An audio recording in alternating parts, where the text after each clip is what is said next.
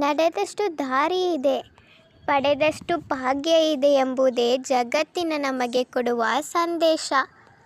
ಯಾರಿಗೆ ನಾವು ಜಾಸ್ತಿ ಬೆರಕಾಗಬಾರದೆಷ್ಟರಿದ್ದರೆ ಅವರ ಕೆಲಸ ಆಗುವ ತಕ್ಷಣ ಉಫ್ ಅಂದು ನಮ್ಮನ್ನು ಊದಿ ಬಿಡುತ್ತಾರೆ.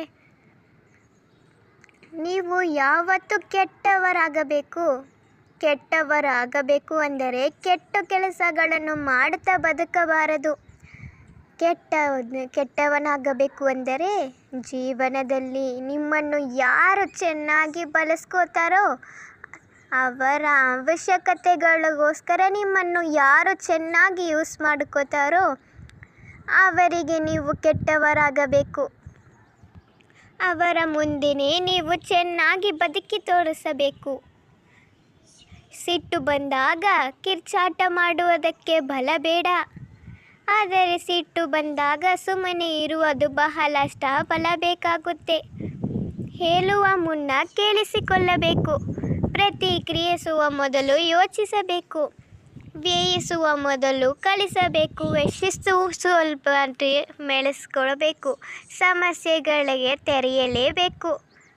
ಮೂರ್ಖರಿಗೆ ನೀವು ಎಷ್ಟೇ ಬುದ್ಧಿಮಾತನ್ನು ಹೇಳಿದರೂ ಕೂಡ ಅವರ ಬುದ್ಧಿಯೇ ಅವರ ಬಿಡುವುದಿಲ್ಲ. ನೀವು ಇದನ್ನು ಚೆನ್ನಾಗಿ ಅರ್ಥ ಮಾಡ್ಕೋಬೇಕು.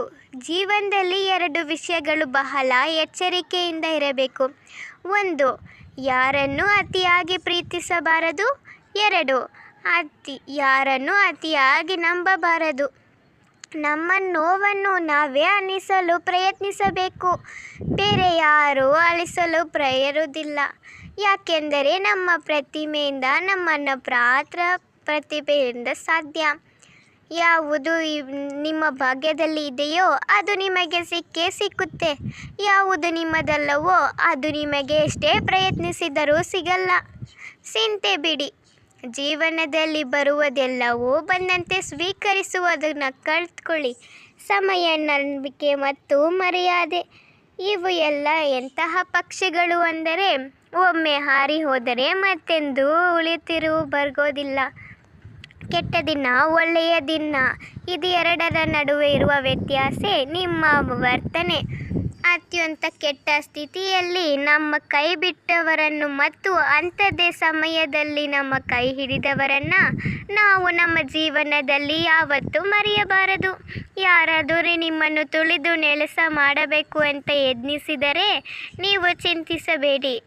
ಭೂಮಿಯಲ್ಲಿ ಕೂತ ಬೀಜವೇ ಮುಂದೊಮ್ಮೆ ಕೆಮ್ಮರವಾಗಿ ಬೆಳೆಯುವುದು. ಆತ್ಮಶ್ರೀಮೆಯನ್ನು ಗೊಬ್ಬರವಾಗಬೇಕು. ಆಗ ನಿಮ್ಮ ಬೆಳವಣಿಗೆ ತಡೆಯಲು ಯಾವ ಕ್ರಿಮಿ ಕೀಟಗಳಿಂದಲೂ ಸಾಧ್ಯವಿಲ್ಲ. ಕೊನೆಗೆ ಒಂದು ಮಾತು, ನಮ್ಮಿಂದ ದೂರ ಇರುವ ಬಯಸುವವರು ನಮ್ಮವರಲ್ಲ.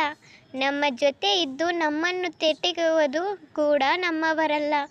ಎಲ್ಲಿ ಇದ್ದರೂ ಯಾವತ್ತೂ ನಮ್ಮ ಬಗ್ಗೆನೇ ಯೋಚನೆ ಮಾಡುವರು ನಿಜವಾಗಲೂ ನಮ್ಮವರು. ಧನ್ಯವಾದಗಳು. ಜೈ ಶ್ರೀ